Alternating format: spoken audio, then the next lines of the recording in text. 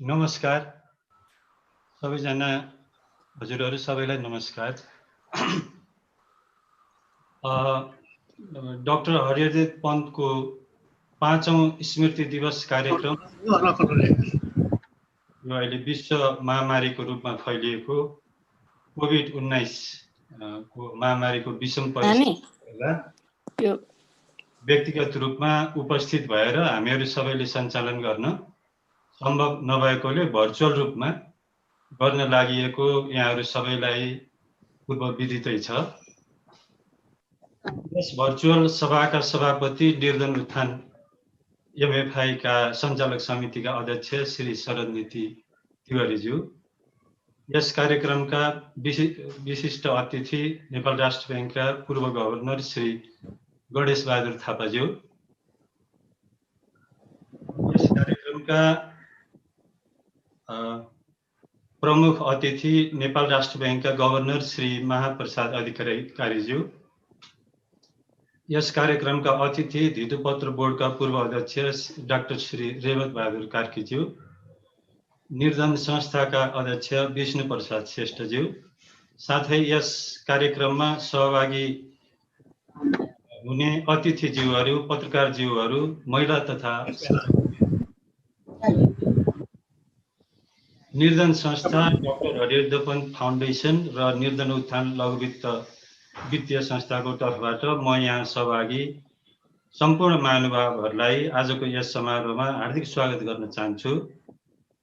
यस सभामा उपस्थित व्यक्तित्वहरूको उपस्थितिले हामीलाई धेरै हर्षित तुल्याएको छ।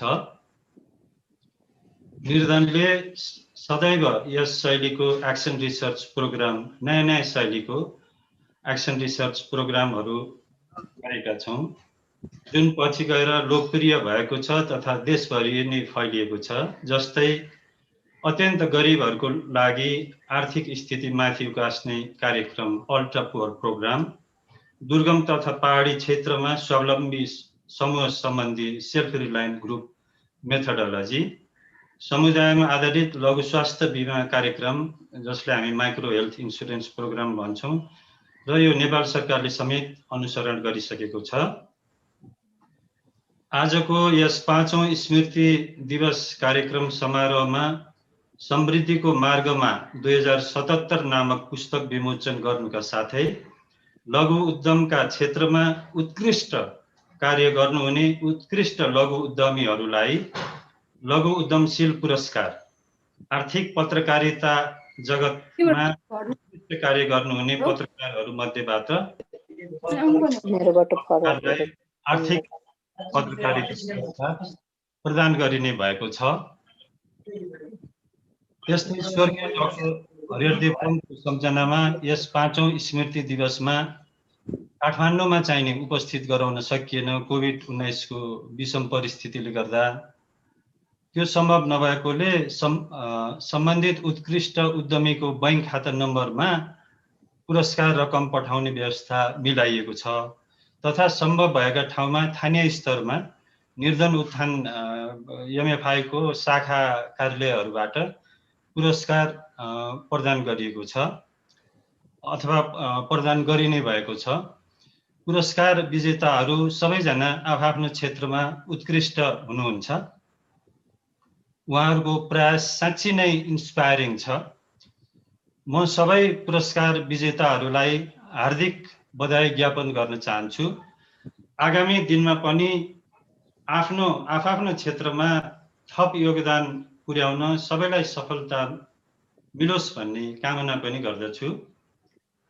हामी सबैले नेपाललाई स्ट्रङ, पावरफुल र रेस्पेक्टेबल, बलियो, शक्तिशाली र सम्मानित नेपाल बनाउन चाहन्छौँ। पिरामिडको सबैभन्दा तल रहेका विपन्न वर्गमा सामाजिक चेतनाको साथै वित्तीय तथा गैरवित्तीय सेवा दिगो तरिकाले पुर्याउन लघुवित्तको सुरुवात गरी आफ्नो जिन्दगीभर बेरोजगार हटाउन, नेपालबाट बेरोजगार हटाउन अथवा पवर्टीलाई जिरोमा ल्याउन लाग्नुभएका डाक्टर हरिहरदेव पन्तको अधुरा कार्यहरू हामीहरूले पुरा गर्ने प्रयास गरिरहेका छौँ। अन्त्यमा हाम्रो आतिथ्यलाई स्वीकार गरी यस समारोहमा भाग लिनका लागि समय दिनुभएकोमा सहभागी सम्पूर्ण अतिथि वर्गलाई हृदयदेखि हार्दिक धन्यवाद दिन चाहन्छु। धन्यवाद। अब हाम्रो अर्को प्रोग्राम चाहिँ नि समृद्धिको मार्गमा 77 पुस्तक 2077 को पुस्तक विमोचन गर्नको लागि प्रमुख अतिथि गभर्नर श्री महाप्रसाद अधिकारी ज्यूलाई आग्रह गर्दछु।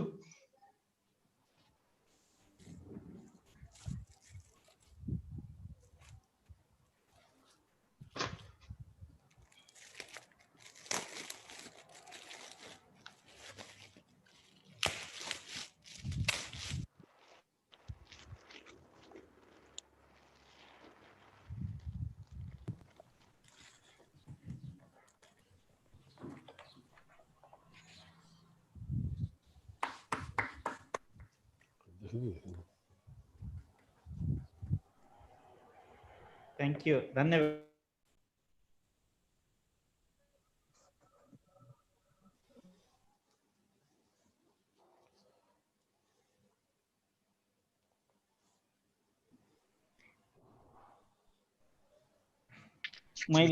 मैले विमोचनको प्रक्रिया पूरा गरेँ। धन्यवाद अध्यक्षज्यू। सर नमस्कार। आराम हजुर? एकदम ठिक छ।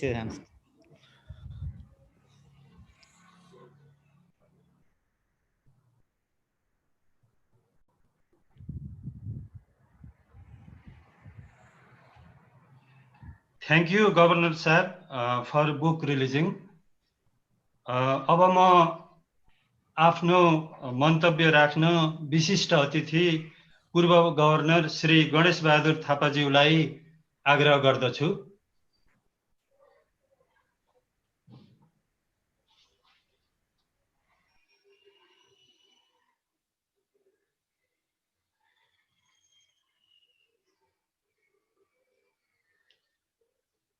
हाम्रो आईटी टिमले पूर्व गभर्नर गणेश बहादुर थापाज्यूको अनम्युट गरिदिनु पर्यो।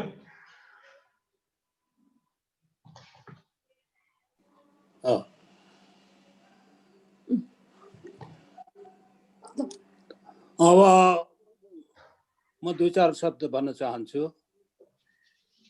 सुनिरह होला नि? सुनिरहेछ? सुनिएको छ, सुनिएको छ। क्लियर छ सर, क्लियर छ। ल अब डाक्टर हरिहर पन्त नेपाल राष्ट्र ब्याङ्कमा नै छँदै अर्थात् झन्डै 4 दशकदेखिको मेरो परिचय र गाढा सङ्गत हो उहाँसँग। इमानदार, स्पष्ट वक्ता र आफ्नो सिद्धान्तमा अडिग व्यक्ति हुनुहुन्थ्यो। उहाँको 2072 सालमा भएको अवसानबाट नेपालको लोकवित्त क्षेत्रको एउटा प्रभावकारी, निष्पक्ष र मार्गदर्शक व्यक्तित्व यो नेपालले गुमाएको छ। बङ्गलादेशमा सञ्चालनमा रहेको र डाक्टर मोहम्मद युनुसको नेतृत्वमा विश्वव्यापी मान्यता पाएको ग्रामीण लोकवित्त प्रथा सर्वप्रथम नेपालमा व्यवहारमा उतार्ने डाक्टर हरिहर पन्त नै हुनुहुन्थ्यो। तदुपरान्त निर्धन लघुवित्त संस्थालाई पछ्याउँदै अरू धेरै संस्थाहरूले पनि बिस्तारै ग्रामीण लघुवित्त प्रथा नेपालमा प्रवेश गराए। आज ग्रामीण लघुवित्त प्रणालीले सम्पूर्ण नेपालमा आफूलाई स्थापित गरिसकेको छ। यस प्रथा बारेको प्रथम सोच डाक्टर हरिहर पन्तको थियो र त्यसैले उहाँलाई नेपालको लघुवित्त प्रथाको पिता भन्ने गरिन्छ। यो सत्य हो। सन् 1996 को अप्रिलतिर बङ्गलादेशमा केन्द्रीय ब्याङ्क सम्बन्धी एउटा मिटिङमा राष्ट्र ब्याङ्कको गभर्नरको हैसियतले म पनि भाग लिन ढाका गएको थिएँ। त्यसै अवसरको मौका लिई म डाक्टर मोहम्मद युनिससँग भेट गर्न र ग्रामीण प्रथाबारे बुझ्न उहाँको ढाका अफिस गएको थिएँ।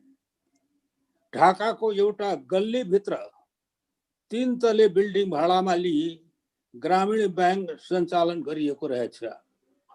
म तलै पछि ग्रामीण ब्याङ्कको विभागहरू हेर्दै तेस्रो तलामा डाक्टर युनिसको अफिस पुगे।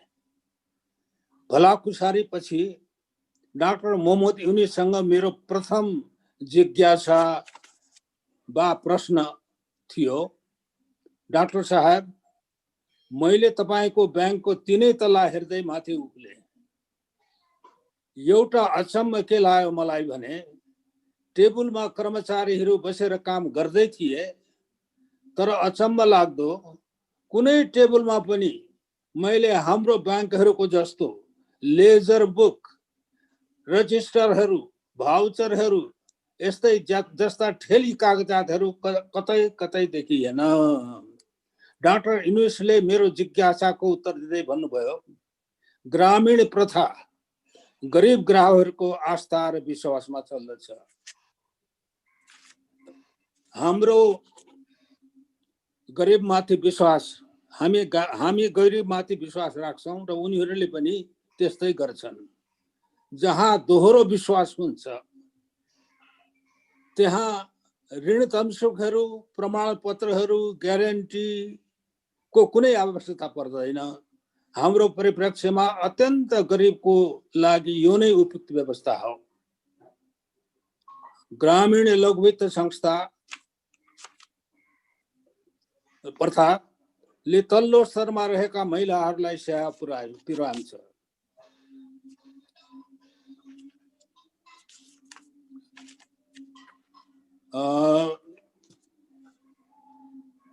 हामी कहाँ पनि ग्रामीण सिस्टमले, प्रथाले त्यहाँ महिलाहरूको चाहिँ सबभन्दा ठुलो सेवा गरेको छ।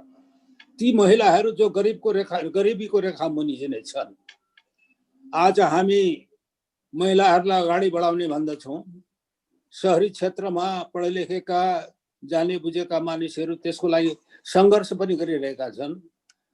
तर हाम्रो ग्रामीण क्षेत्रमा गरिबीको रेखा मुनि रहेकाहरूको आँखा खोल्ने, उनीहरूको अवस्था सुधार गर्ने, उनीहरूलाई अगाडि बढाउने यदि कुनै सिस्टमले गरेको छ भनेदेखि त्यो त ग्रामीण विकास सिस्टमले गरेको छ। आज हामीले ग्रामीण सिस्टमद्वारा उनीहरूलाई आम्दानीको स्रोत के हुन सक्छ, के काम गर्दाखेरि आम्दानी वृद्धि हुन सक्छ भन्ने मात्रै गरेको होइनौँ कि बिस्तारै शिक्षा पनि पढे लेखेको नलेखेलाई कमसेकम लेख्न सक्ने, सही गर्न सक्ने, बिस्तारै किताब पढाउनले साक्षरता अभियान यो पनि यो चाहिँ ग्रामीण सिस्टम भित्रले उनीहरूलाई उपलब्ध छ। र साथै विभिन्न किसिमको तालिम प्रथाहरूद्वारा, तालिम र म्यानेजमेन्ट सिस्टमद्वारा उनीहरूको आँखा खोल्ने, कसरी मामुली हिसाब राख्ने, आम्दानी खर्चको लेखाजोखा चाहिँ कसरी गर्ने, यी कुराहरूले गर्दाखेरि ग्रामीण महिलाहरूमा जो जागरण आएको छ त्यो जागरण प्रति कतिको चाहिँ हाम्रा नीतिमा लागेकाहरू चाहिँ अवेर छन् मलाई भन्न सकिँदैन। तर आज किसिमले क्रान्ति नै भएको छ भनेदेखि त्यो चाहिँ ग्रामीण क्षेत्रमा हो र त्यो चाहिँ ग्रामीण सिस्टम अथवा यो सिस्टमले यो लघुवित्त सिस्टमले सफलतापूर्वक ल्याएको चाहिँ सिस्टम हो। अब म के भन्न चाहन्छु त भनेदेखि युनिभर्सिटीसँग चाहिँ कुरा गर्दा गर्दै मैले के भने भनेदेखि एउटा त तपाईँ विश्वास गर्ने, तपाईँले ऊ नलिने, के अरे कुनै धितोसितो नलिने, विश्वासको भरमा काम गर्नु हुँदो रहेछ। दोस्रो कुरा यो भन्नुहोस् कि कति दिने भनेर कसरी ठेगान लगाउनुहुन्छ? उनीहरूले त कति माग्ने भनेर सोच्छन् अनपढहरूले। उहाँले एउटा मलाई इक्जाम्पल दिनुभयो। एउटा गाउँमा गएको, ग्रामीण ब्याङ्कको शाखामा बसिरहेको थिएँ म। ग्राहकहरू चाहिँ आए कि ग्राहकहरू, त्यसमध्ये एकजना आइमाईले के प्रश्न गर्यो भनेदेखि मलाई चाहिने 5,000 टाका सापटी चाहियो भनेर। ठिकै छ, 5,000 टाका चाहिने त्यस बेलाको लिमिट थियो, हाम्रो म्याक्सिमम लिमिट भनेर भन्नुभयो उहाँले। तर 5,000 टाका तपाईँलाई किन चाहियो भन्दाखेरि म यो अन्डाको व्यापार गर्ने एकको गाउँमा सानोतिनो पोल्ट्री त होइन, 4-5वटा चाहिँ सबैले यहाँ पालेका हुन्छन्।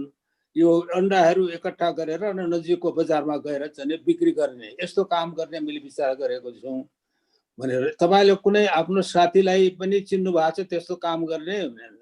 छन् मेरो 2-4 जना साथी, तिनीहरूलाई देखेर त मैले यो गरौँ जस्तो लागेको। त्यसभए तपाईँलाई 5,000 को त्यो अन्डा त एउटा टोकरीमा बोक्नलाई त सम्भव छैन। त्यस बेला त 5,000 को चाहिँ अन्डा भनेको त्यो धेरै नै हुन्थ्यो, एउटाले सम्हाल्न नसक्ने। उहाँले के भन्नुभयो भने तपाईँ साथीसँग जानुहोस् 1-2 दिन सँगसँगै, उनीहरूले कति बिक्री गर्दा रहेछन्, कति चाहिँदो रहेछ उनीहरूलाई डेली चाहिँ क्यापिटल, त्यो तपाईँलाई अन्दाज हुन्छ कति लाग्यो के गर्यो भनेर। अनि फर्केर आउनुहोस् र हामीसँग चाहिँ कुरा गर्नुहोस् भनेर ऊ फर्केर 3-4 दिन पछि आएर के भने 1,200 टाका भए पुग्दो रहेछ। त्यस भएको हुनाले यो फिजिबिलिटी स्टडीले डिटर्मिन गर्ने भनेर भन्छ नि आजकल आधुनिक ब्याङ्किङमा कति चाहिँ क्यापिटल चाहिन्छ भन्ने कुरा, त्यस्तो ढङ्गबाट बिस्तारै बिस्तारै त्यो समुदायलाई अगाडि बढाउने काम चाहिँ लघुवित्तले चाहिँ गरेको छ। लघुवित्तको योगदान बारेमा जति थाहा हुनुपर्ने थियो पोलिसी मेकरहरूलाई त्यति चाहिँ थाहा भएको जस्तो मलाई लाग्दैन। तर जो हामीले काम गरिरहेछौँ लघुवित्तमा संलग्न भएर उनीहरूले ठुलो योगदान दिइरहेको छ र त्यो योगदान चाहिँ अब अहिलेको अवस्थामा त अझ बढी चाहेला जस्तो लाग्छ। कोरोनाले गर्दाखेरि म सुन्दछु गरिबीको रेखा चाहिँ 18% 18बाट चाहिँ 45मा 48मा पुग्यो भन्ने चाहिँ सुनिएको छ। यो स्थितिमा अब त लघुवित्तको अझ बढी आवश्यकता पर्ला जस्तो मलाई चाहिँ लाग्छ र यसप्रति एटेन्सन दिने पर्छ भन्ने मलाई जस्तो लाग्छ।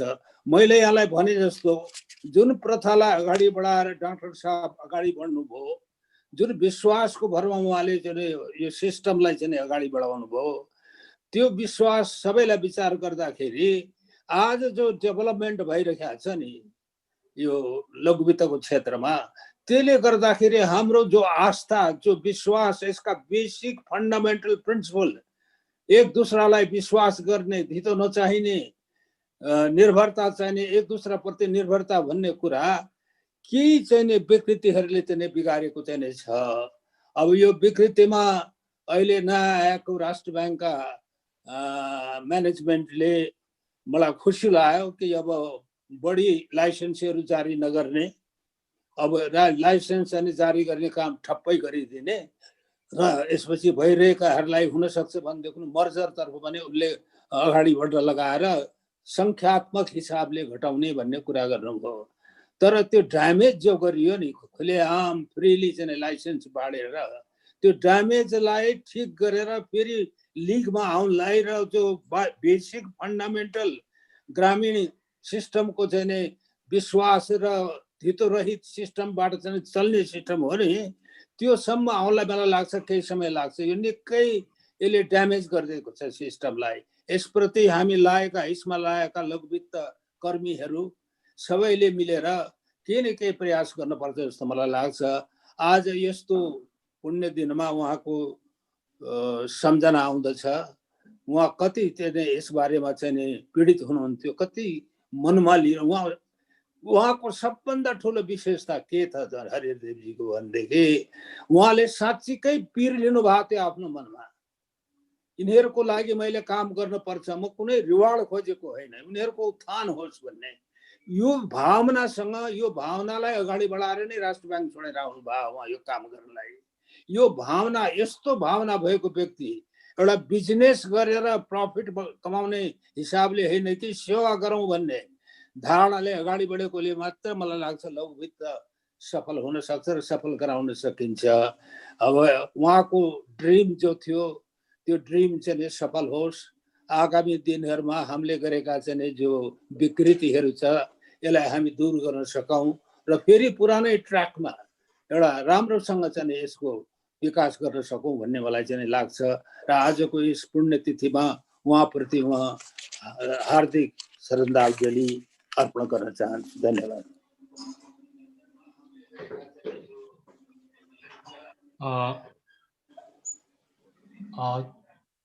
थ्याङ्क यू पूर्व गभर्नर आदरणीय श्री गणेश बहादुर थापाज्यू, हजुरको यो for your valuable and good words with us. म अब आफ्नो मन्तव्य राख्न अतिथि पूर्व अध्यक्ष सेवन धितोपल्ट बोर्डका पूर्व अध्यक्ष तथा अहिले सेन्टर फर माइक्रो फाइनेन्स नेपालका अध्यक्ष डाक्टर रेवत बहादुर कार्कीज्यूलाई आग्रह गर्दछु।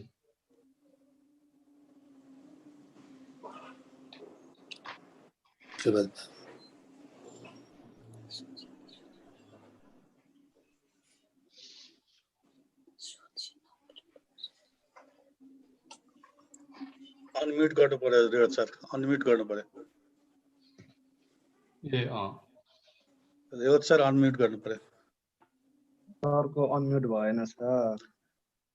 रेवत सर अनम्युट होला भयो। भएछ है। आजको यस महत्त्वपूर्ण कार्यक्रम डाक्टर हरिहरदेव पन्तज्यूको स्मृतिमा जुन गभर्नर साहेबबाट किताब विमोचन हुँदैछ समृद्धिको मार्ग, त्यस कार्यक्रममा उपस्थित आजका कार्यक्रमका अध्यक्षज्यू, राष्ट्रसङ्घका गभर्नर महाप्रसाद अधिकारीज्यू, पूर्व गभर्नर तथा सीएमएफ नेपालका सल्लाहकार गणेश बहादुर थापाज्यू, निर्धन लघु वित्तका सिओ तथा फाउन्डेसनका प्रवर्तक जनार्दन पन्तज्यू, निर्धन संस्थाका अध्यक्ष विष्णु श्रेष्ठज्यू र खास गरेर आजको यस महत्त्वपूर्ण कार्यक्रममा उपस्थित हुनुभएका खास गरेर लघु वित्तका वरिष्ठ व्यक्तित्वज्यूहरू, पत्रकारज्यूहरू, धेरै लघु प्रतिष्ठित व्यक्तिहरूको उपस्थित देखिरहेको छु। सबैलाई नमस्कार गर्दै म आफ्नो केही मन्तव्य राख्न चाहन्छु। र हामीले डाक्टर हरिहरदेव पन्त चाहिँ हाम्रो गुरु पनि र हाकिम पनि, सबै हिसाबले खास गरेर ब्याङ्किङ वित्तीय क्षेत्रको उसमा चाहिँ जुन उहाँले योगदान गर्नुभएको छ र खास गरेर अब ब्याङ्किङ क्षेत्रमा पनि ४० साल पछाडि जुन ब्याङ्किङलाई उदार आर्थिक नीति अनुसार जुन एउटा समृद्धिमा लैजाने अभियान थियो, त्यसमा उहाँको ठुलो योगदान रहेको छ। साथै अब खास गरेर ब्याङ्किङमा पनि लघु वित्त त अब अघि हाम्रो गणेश बहादुर सर गभर्नर साहबले भनिसक्नुभयो, उहाँ यसका चाहिँ प्रवर्तक र साथै फादर अफ माइक्रो फाइनेन्स पनि हुनुहुन्छ। त्यसकारण उहाँको योगदानको लागि म खास गरेर सीएमएफ नेपालको तर्फबाट र मेरो आफ्नै तर्फबाट पनि हार्दिक श्रद्धाञ्जली अर्पण गर्न चाहन्छु। र सीएमएफ पनि वास्तव डाक्टर हरिहरदेव पन्तज्यू र गणेश बहादुर थापाज्यूकै प्रयासबाट 2000 मा स्थापना सेसीको स्थापना भएर आज यो उसमा आइरहेको छ। र अझै पनि अब खास गरेर माइक्रो फाइनेन्सको हिसाबले धेरै च्यालेन्जेसहरू छन्। त्यसमा त्यो सन्दर्भमा चाहिँ एउटा नेटवर्किङ एउटा संस्थाको प्रवर्तकको हिसाबले काम गरिरहेको छ। र अब मुख्य कुरा मलाई सम्झना छ अब उहाँ जुन हिसाबले हुनुहुन्थ्यो त्यो उहाँ चाहिँ व्यक्ति नभएर एउटा चाहिँ अथोरिटीको रूपमा चाहिँ मान्ने गरेको मैले देखेको थिएँ। वास्तविक सरकारले र नियमन निकायले कति कुराहरू यो डाक्टर हरिहरदेव पन्तज्यूले के भन्नुहुन्छ भने चाहिँ उहाँले यो भनेपछि त्यही अनुसार नीति बन्ने हिसाबको चाहिँ हुन्थ्यो। त्यो हामीले देखेको भएको र म पनि केही समय लघु वित्त ग्रामीण ब्याङ्क स्थापनाको क्रममा बङ्गलादेश पनि मैले भाग लिइसकेको छु। त्यहाँको गाउँमा पनि मोहम्मद युनुसको यस गाउँमा पनि बसेर त्यहाँको वास्तविक हेरेर आज हामीले रेप्लिकेसनको साथसाथ सुरुमा रेप्लिकेसन थियो, अहिले चाहिँ यसलाई प्रवर्धन गरेर हाम्रो हिसाबले अगाडि बढ्दैछौँ वास्तविक हिसाबले। र अहिले वास्तवमै जुन हिसाबको माइक्रो फाइनेन्समा अहिले जुन स्थिति छ त्यो त्यो हिसाबले र यो चाहिँ वास्तवमै चाहिँ अहिले धेरै समस्या र बाट पनि उ भइरहेको छ र त्यो समस्यामा र खास गरेर अहिलेको वास्तविक अवस्थामा चाहिँ जो माइक्रो फाइनेन्स अहिले यो कोभिड इत्यादिको कारणले धराशायी जस्तो पनि हुन गइरहेको छ त्यसको हिसाबमा उहाँको अनुपस्थिति चाहिँ अहिले खर्किएको मैले चाहिँ महसुस गरिरहेको छु। अब अहिले त पहिले उहाँको जस्तो भनौँ न एउटा अथोरिटी लघु वित्तको अथोरिटी मानेर गर्ने खालको स्थिति छैन। त्यसले गर्दाखेरि हाम्रो संयुक्त भोइसबाट यो गर्नुपर्ने छ र मैले देखेको र हाम्रो सिएमओको तर्फबाट हामीले चाहिँ हेरिरहेका छौँ र यो ओभरअल इकोनोमी सारा संसारलाई परिचालन गर्ने मानिस नै लकडाउन, अर्थतन्त्र मात्रै लकडाउन भयो त हुन्छ, मानिस लकडाउन र हुँदाखेरि के भने अब अर्थतन्त्र ब्याङ्किङ क्षेत्र अब कुनै त्यस्तो क्षेत्र छैन। म त देखिँदैन हो त्यसमा पनि ब्याङ्किङ क्षेत्र पनि त्यतिकै प्रभावित छ। तर अझ बढी चाहिँ के भने खास गरेर लघु वित्त चाहिँ निकै मर्माह भएको छ। कारण के हो त भनेदेखि मुख्य कुरा यो चाहिँ के भने गरिबसँग डिलिङ छ, जहाँ ब्याङ्किङले कभर गरेको छैन। तल्लो जस्तो अब मौद्रिक नीति मार्फत धेरै व्यवसायहरू चाहिँ मौद्रिक नीतिले सहुलियत पनि दिएको छ, तर के भने ब्याङ्किङ क्षेत्रले नसमेटेको तल्लो वर्गलाई यसले उ गर्छ। त्यसले गर्दाखेरि त्यो वर्गलाई अहिले यसले जुन असर गरेको छ त्यसले गर्दा माइक्रो फाइनेन्स स्वतः प्रभावित हुनु हो। एउटा उनीहरूको किनभने अल्टरनेट छैन, दोस्रो यो फिल्ड बेस कार्यक्रम र अर्को अब सर्ट टर्म 1 महिनाको र बिना धितो, यी 4-5 कारणले गर्दाखेरि के भने ब्याङ्किङ क्षेत्रमा पनि वास्तविक चाहिँ लघु वित्त सबभन्दा धेरै मर्माहित भएको मैले महसुस गरेको छु। र त्यही सन्दर्भमा सिएमएफ नेपालले वास्तव यसको अध्ययन खास गरेर आषाढसम्म 4 महिना लकडाउनमा चाहिँ कस्तो असर परेको छ भनेर यसको चाहिँ हामीले विभिन्न बहुपक्षीय किसिमको चाहिँ यो सर्ट टर्म अध्ययन पनि गर्दैछौँ। त्यो छिटै हामीले अब भनौँ न 2-3 हप्ताभित्रमै त्यसको चाहिँ रिजल्टहरू गर्छ, त्यसले यथार्थ उहरू गरिहाल्छ।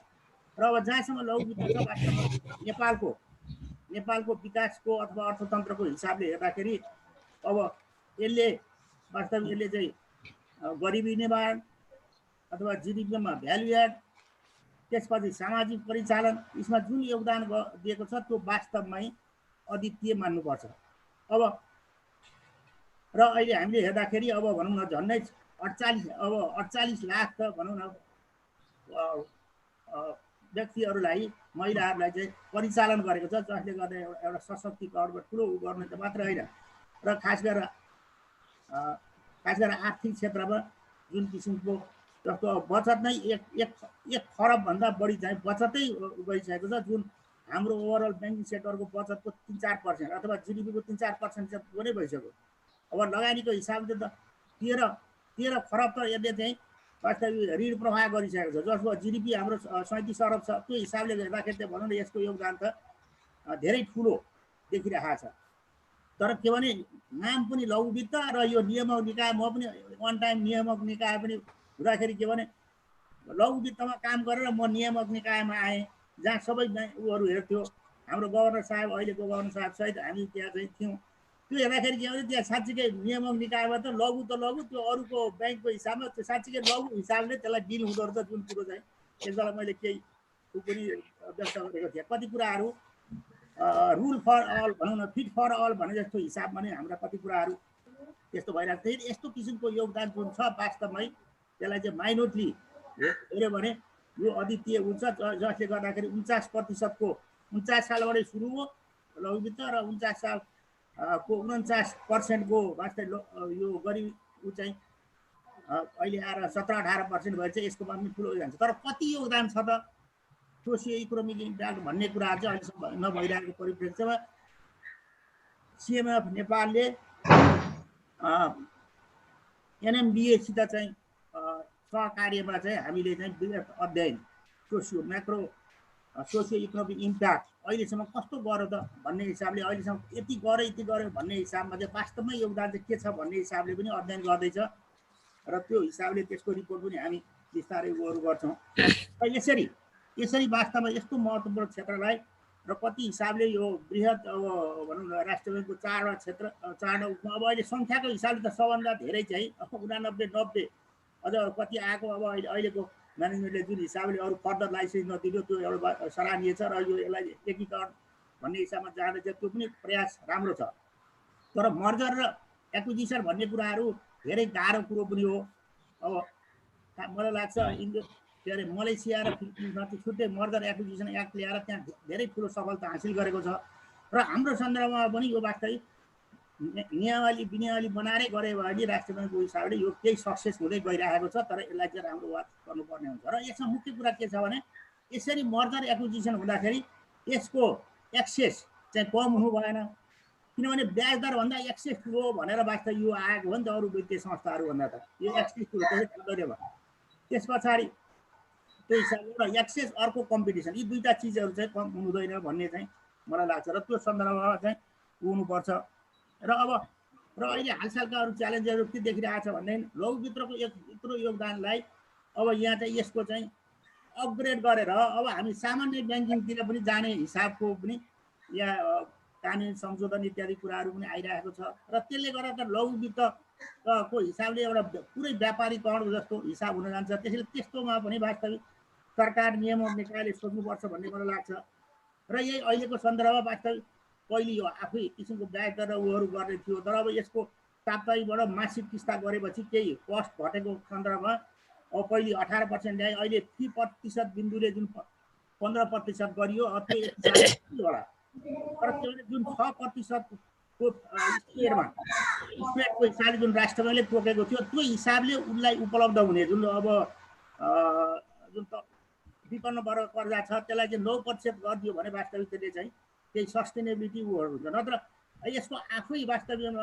चाहिँ के भने अब मल्टिपल फाइनेन्सिङ भन्दा पनि ओभर इन्डेटनेस र long term financing long term sustainability यसको चाहिँ ठुलो चुनौती भइरहेको बेला अब अहिलेको यो हिसाबको स्थितिले गर्दाखेरि चाहिँ यो वास्तवमै संसारभरि नै एउटा ठुलो च्यालेन्ज चाहिँ आइरहेको छ। किनभने अब फिल्ड बेस्ड अब गएर ग्रुप मिटिङमा गएर गर्नुपर्ने जुन चाहिँ कोरोनाको शत्रु रहेछ त्यसैले लघुवित्त त एक किसिमको उसको शत्रु जस्तो भयो। अब हामीले मोडालिटी नै अर्को गर्नेदेखि लिएर धेरै कुराहरू यसलाई चाहिँ उ गर्नुपर्ने यी सबै चुनौतीहरूको सन्दर्भमा पनि वास्तविक यो खालका समस्याहरू र आजको यस महत्त्वपूर्ण कार्यक्रममा यो खालको समस्या समाधान अथवा पहल पनि केही होस् भन्ने म सिएम नेपालको तर्फबाट पनि अनुरोध गर्दै र खास गरेर र यो जुन किसिमको हामीले डाक्टर साहबको एउटा श्रद्धाञ्जली भनौँ योगदानको हिसाबले जुन एउटा निर्धन संस्था र उहाँको सन्ततिले जुन किसिमको चाहिँ गर्दै ल्याएका छौँ यसको निरन्तरताको पनि एउटा ठुलो एउटा चुनौती हो। धेरै उसमा चाहिँ देखिरहेको छ त्यसले गर्दाखेरि सुरुमा हुन्छ तर पछि चाहिँ तर 5औं वर्ष भइसक्यो उहाँले गरिरहनु भएको छ। त्यसैले यो चाहिँ उहाँको एक त योगदानलाई कदर गर्दै यो सबै उहाँका सन्तति प्लस अरू सबै हामी सन्तति भयौँ वास्तविक उसको हिसाबले जो लघुवित्तमा लाग्यो त्यो एक हिसाबको जुन किसिमको एउटा स्थानमा पुर्याउनु भयो त्यसमा चाहिँ सबै हामी सन्तति भएको हुनाले त्यसलाई निरन्तरता चाहिँ उहरू गर्दै र आजको यस कार्यक्रममा खास गरेर डाक्टर हरिहरदेव पन्तज्यूको नेपालको ब्याङ्किङ र मुख्यतः लघुवित्तमा उहाँको योगदानको पुनः स्मरण गर्दै म आफ्नो छोटो मन्तव्य यही टुङ्ग्याउन चाहन्छु। धन्यवाद।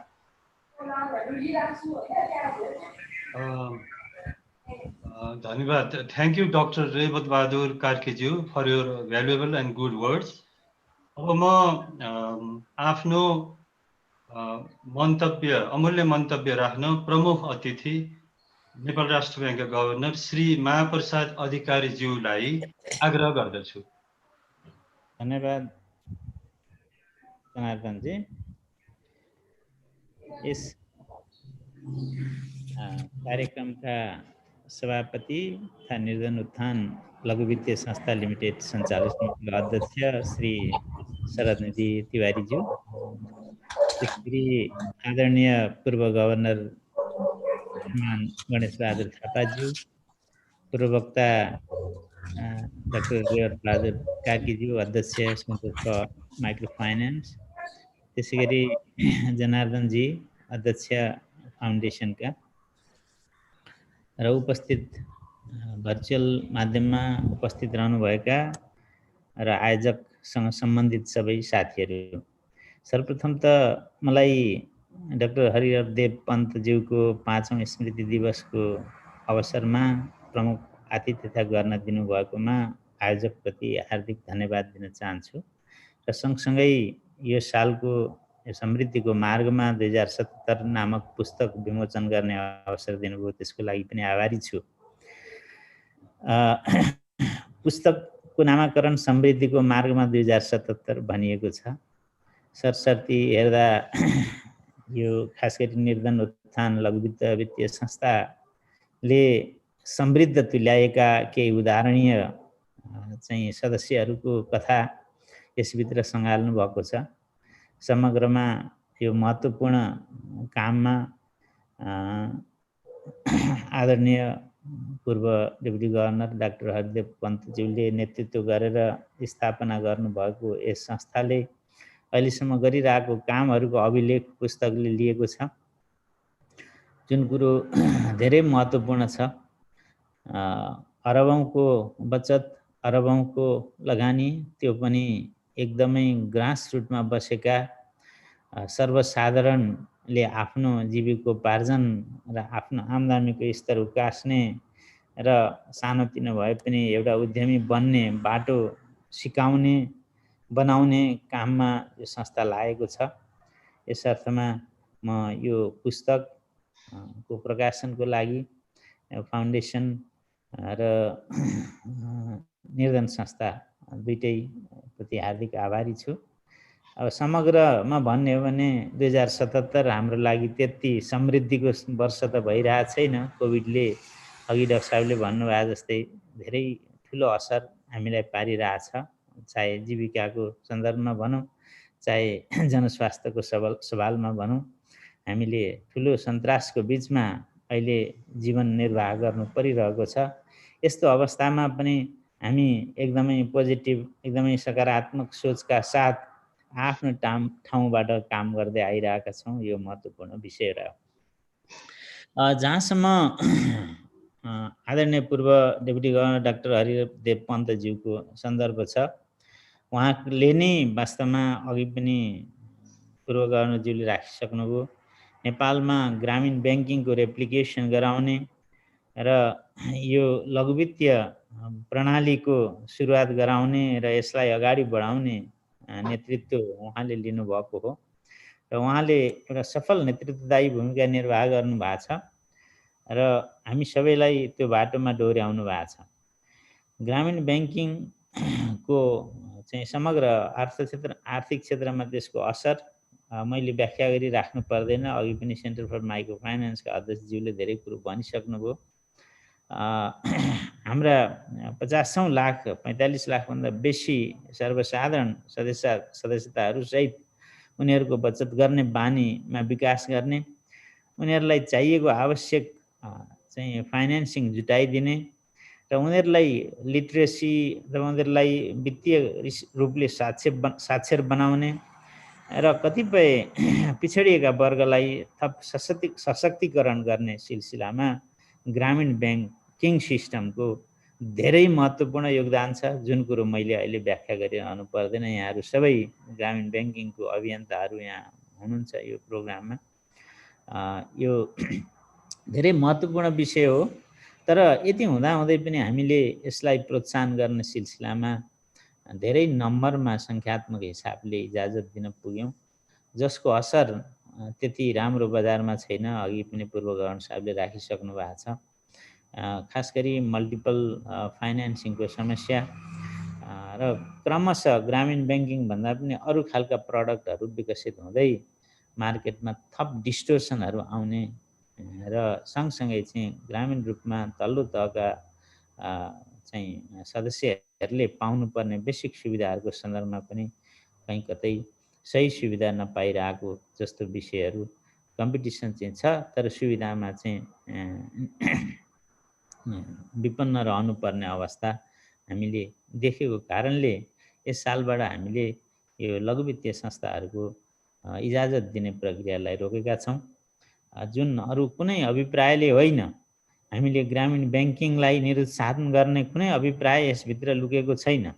हाम्रो उद्देश्य के हो त भन्दा ग्रामीण ब्याङ्किङ सिस्टम जसरी डाक्टर हरिदेव पन्तले यहाँ सुरुवात गर्नुभएको थियो, जसलाई जसरी प्रोत्साहित गर्न खोज्नु भएको थियो, यसलाई त्यही स्पिरिटमा यो सिस्टम अगाडि बढेर जाओस्, यसमा थप डिस्टोर्सनहरू नआओस् र सही व्यक्तिहरूले सही किसिमको ग्रामीण ब्याङ्किङ सेवा पाउन्।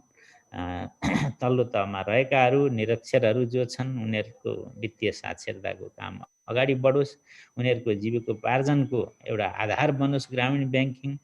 त्यसै गरी उहाँहरूको जीवनस्तर उकासियोस्, आम्दानीका स्रोतहरू बढुन् भन्ने अभिप्रायले ल्याइएको यो अभियानलाई त्यही रूपमै अगाडि बढोस् भन्ने अभिप्रायका साथ हामीले अहिलेलाई इजाजत रोकेका छौँ।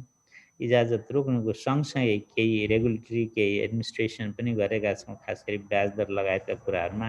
यी कुरालाई चाहिँ यो अभियानमा रहनुहुने सबैले पोजिटिभली लिइदिनुहुनेछ र रेगुलेटरको हिसाबले नेपाल राष्ट्र ब्याङ्कले सुपरभाइजरको हिसाबले यसलाई थप प्रोत्साहित गर्न हामी जहिलेसुकै पनि अगाडि छँदैछौँ।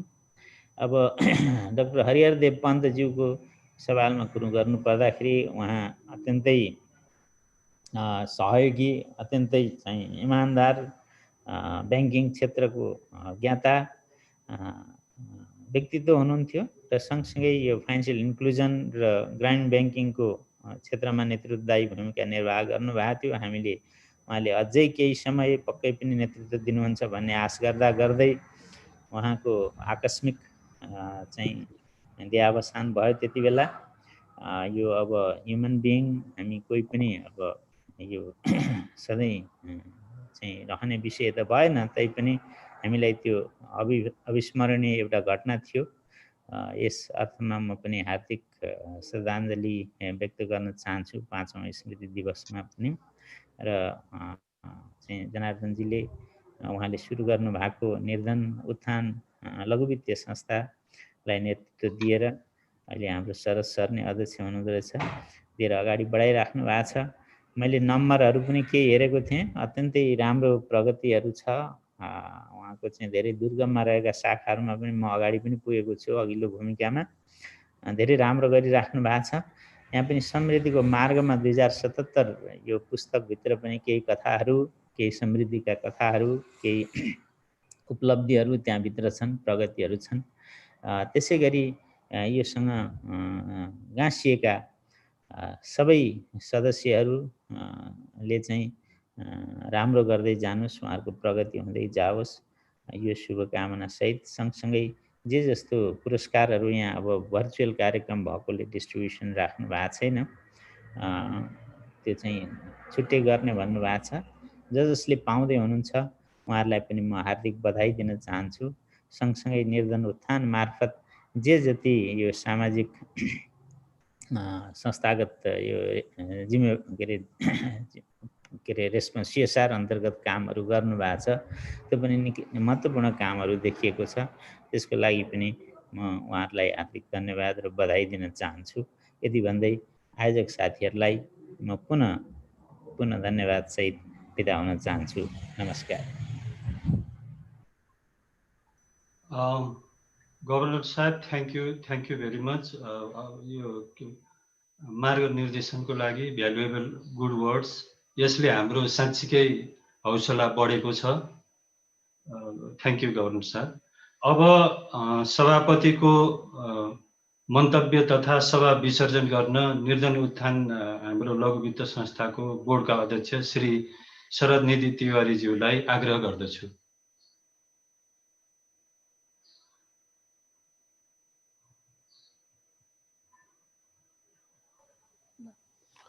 आज डाक्टर हरिहरदेव पन्तजीको 5औं स्मृति सभामा उपस्थित विशिष्ट अतिथि पूर्व गभर्नर श्रीमान गणेशबहादुर थापाज्यू, प्रमुख अतिथि सम्मानित श्रीमान गभर्नर महाप्रसाद अधिकारीज्यू, डाक्टर हरिहरदेव पन्त फाउन्डेसनका अध्यक्ष श्री जनार्दन देव पन्तज्यू, सेन्टर फर माइक्रो फाइनेन्सका अध्यक्ष डाक्टर श्री रेवत बहादुर कार्कीज्यू, निर्धन संस्थाका अध्यक्ष श्री विष्णु प्रसाद श्रेष्ठज्यू, बैंकिङ क्षेत्रका अग्रणी व्यक्तित्व, देशमा गरिबी निवारणका नायक, लघुवित्तका जनक स्वर्गीय डाक्टर हरिहरदेव पन्तज्यूको आज 5औं पुण्य स्मृति दिवसमा कोभिड-19बाट सृजना हुन आएको प्रतिकूल अवस्थामा पनि आफ्नो अमूल्य समय निकाली यस वेबिनारमा स्वर्गीय डाक्टर पन्तज्यू प्रति श्रद्धाभाव व्यक्त गर्न संलग्न हुनुभएकोमा श्रीमान गभर्नरज्यू लगायतका आदरणीय व्यक्तित्वहरूमा म निर्धन उत्थान लघुवित्तीय संस्थाको तर्फबाट हार्दिक धन्यवाद ज्ञापन गर्दछु, टक्राउन चाहन्छु। भौतिक रूपमा डाक्टर हरिहरदेव पन्तज्यू आज हामीहरूको माझ नहुनु भए पनि गरिबी निवारणमा सामाजिक अभियन्ताको रूपमा पिछडिएको वर्गहरूको जीवनस्तरलाई माथि उकास्न विभिन्न कार्यक्रमहरू सञ्चालन गरी ठोस रूपमा अतुलनीय योगदान पुर्याउनु भएको हुँदा यस क्षेत्रमा काम गर्ने व्यक्तित्वहरूको मानस पटलमा उहाँ सदैव अमर रहिरहनु हुनेछ भन्ने मैले विश्वास लिएको छु। स्वर्गीय डाक्टर पन्तज्यूले देशको गरिबी निवारणको न्यूनीकरण लघुवित्तीय मार्फत पुर्याउनु भएको अविस्मरणीय योगदानबारे यस सम्बन्धी विभिन्न विज्ञ व्यक्तित्वहरूबाट श्रद्धाञ्जली अर्पण गर्ने क्रममा आफ्नो मन्तव्यमा प्रकाश पारिसक्नु भएको हुँदा मैले थप केही भन्नुपर्ने आवश्यकता देख्दिनँ। अन्तमा आजको यस 5औं स्मृति दिवसमा निर्धन लघुवित्तीय संस्थाबाट प्रकाशित समृद्धिको मार्गमा 2077 नामक पुस्तकको विमोचन गरी सारगर्भित सम्बोधन गरिदिनु भएकोमा सम्मानित गभर्नर श्रीमान महाप्रसाद अधिकारीज्यू लगायत यस वेबिनारमा भाग लिनुभएका प्रतिष्ठित व्यक्तित्वहरूलाई धन्यवाद ज्ञापन गर्दै आजको वेबिनार स्मृति सभा म यही टुङ्ग्याउन चाहन्छु। धन्यवाद।